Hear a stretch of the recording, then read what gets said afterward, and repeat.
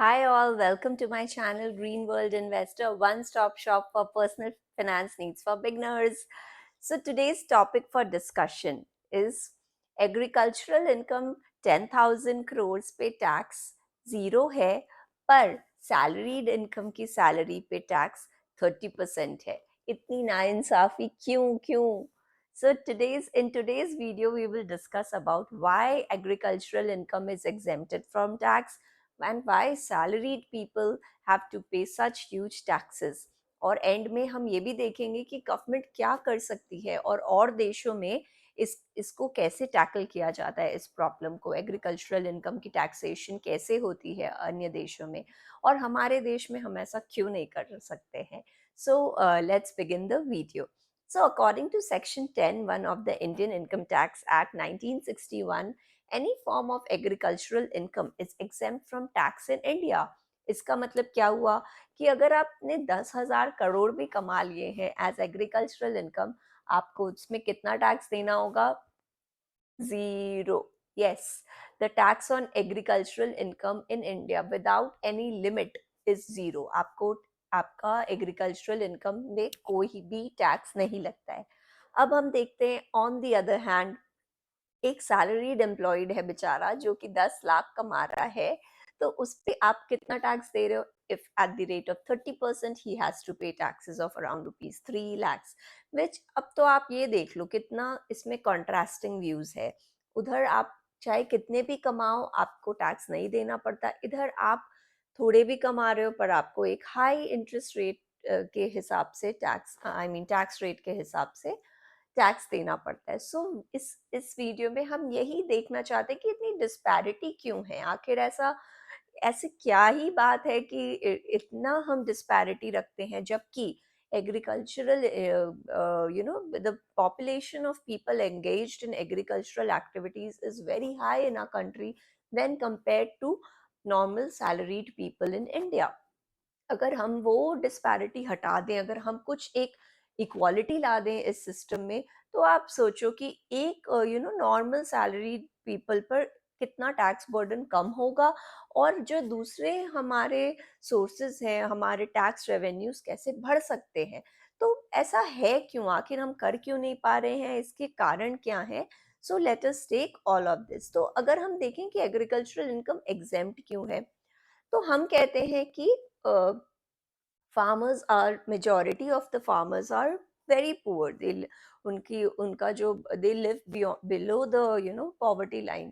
तो इस केस में अगर अगर हम ये तर्क को देखें, तो it will refute the entire way in which the income tax have slabs have been made. क्योंकि up to 3 lakhs of income आपको टैक्स देना ही नहीं है. तो अगर फार्मर पुअर है और वो 25,000 महीना भी कमा रहा है, तो उसको तो टैक्स ही नहीं देना है. तो फिर अलग से हमने ये एग्रीकल्चरल इनकम का ये क्या बना दिया है बखेड़ा ब्रैकेट, कि आपको जो भी आप एग्रीकल्चर में कमा रहे हो आपको उस पर टैक्स ही नहीं देना. अगर अगर farmer is poor, then any which ways he will not end up paying tax, because he will not fall in a category of, he will just beyond 3 lakhs, वो 3 लाख के नीचे ही रहेगा. तो नेचुरली आपको उस पर कोई टैक्स नहीं देना है. अच्छा, अगर हम अब दूसरी बात, अगर हम ऐसे देखें कि एग्रीकल्चर जो बिजनेस है या जो वोकेशन है, it depends on a lot of uncertainties, जैसे कि बारिश नहीं हुई या लैंड में प्रॉब्लम हो गया या कोई कारण से उपज नहीं हुई, बैड वेदर, फैमिन, फ्लड, वो सब भी अगर हम कंसिडर करें, तो a better way to do that would be कि गवर्नमेंट जो फार्मिंग इनकम है उसको एक ज़्यादा ज़्यादा एग्जेम्पशन दे दे. 20 दे दो, 25 दे दो, 25 लाख तक इनकम पे आपका कोई टैक्स नहीं लगेगा एग्रीकल्चरल इनकम पे. बट वो भी नहीं है. आप कितने भी कमाओ आपको उस पर टैक्स ही नहीं देना. तो इट मेक्स नो सेंस. इससे क्या हो रहा है? एक पुअर जो फार्मर है वो भी बच गया, और जो एकदम रिच फार्मिंग एग्रीकल्चरल लॉबी है वो भी बच गई, जो कि करोड़ों में कमा रही है. तो there should be some midway between these two extremes. So ये एक हमारा रीजन है. तो the real reason why agricultural income is exempt, because nobody wants to touch the rich and powerful agricultural lobby in India. And इसमें आपके सिर्फ poor farmers ही नहीं बल्कि रिच पॉलिटिशियंस या और भी रिच पीपल आ सकते हैं इस ब्रैकेट में. So nobody wants to touch it. Also ये जो एग्रीकल्चरल इनकम की जो ट्रेन है, जो होड़ है, उससे गवर्नमेंट को भी बहुत फायदे होते हैं. So that is why they do not want to stop this gravy train of theirs. तो इसीलिए एग्रीकल्चर को कोई नहीं छू रहा है, वो अपना मस्त ट्रेन अपने स्पीड से चली जा रही है. अभी थोड़े दिन पहले हमने देखा भी कि फार्मर्स लॉ में हमने गवर्नमेंट किसने चाही भी अगर to bring some reform, but it was highly opposed by the rich political farming families in India.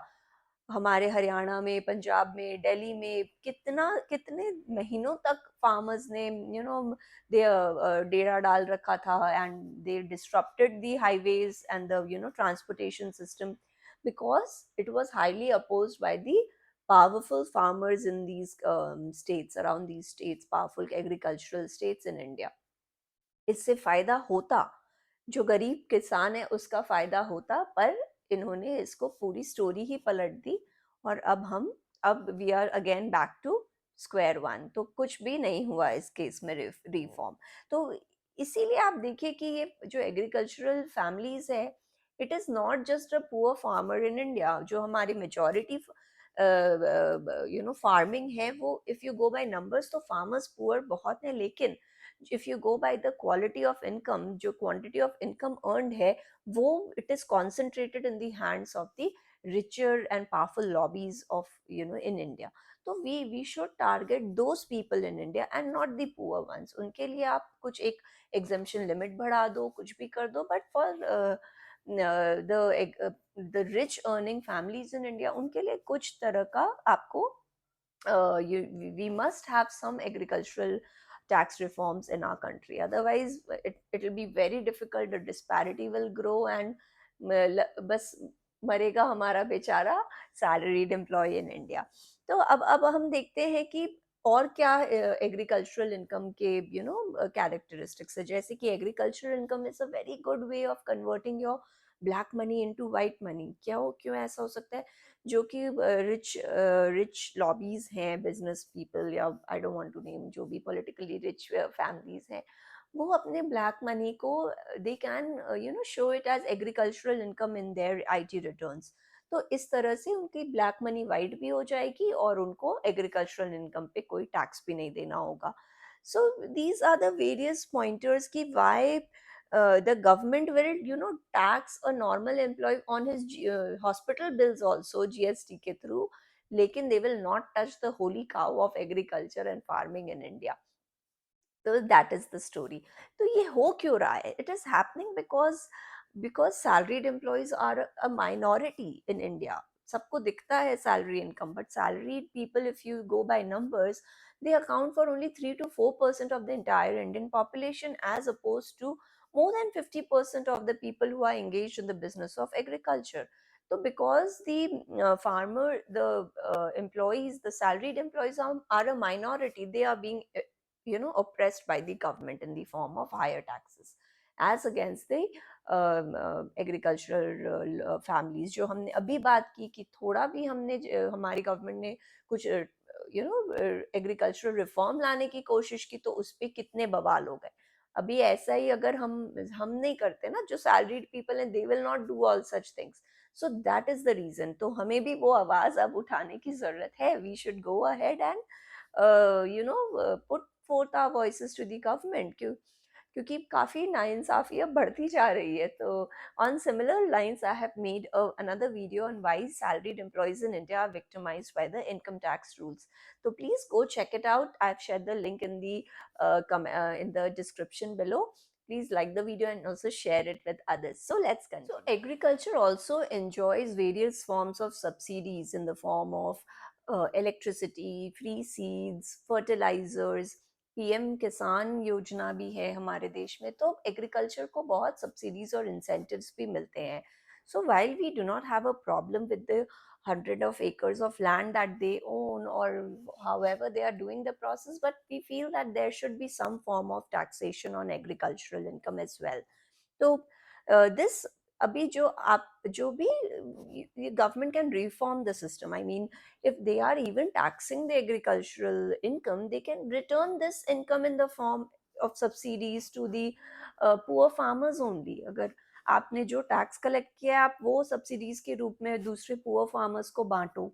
There should be some form of fairness and equality in the taxation system in India. अभी आप different, if we talk about the different countries like Sri Lanka, Bolivia, Ghana, Nigeria, they all have taxation on the agricultural income. Then why not in India? India only enjoys the dubious company of Pakistan when it comes to exempting agricultural income. तो आप फिर देखो क्या हाल है. So there should be some form of agricultural reform. हमारी government अभी GST reforms कर रही है, रेरा में कर रही है, रियल एस्टेट में इतना बढ़िया काम किया है. So why not agricultural tax reforms?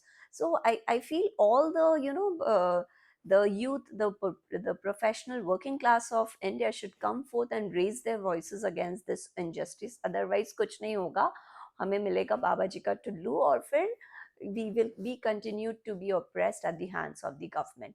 So that was all from my side. I hope you like my video. Please like the video, subscribe to my channel, and also share it with others. I'm new to the channel. Please show me some love. I hope to see you again. Thank you. Bye.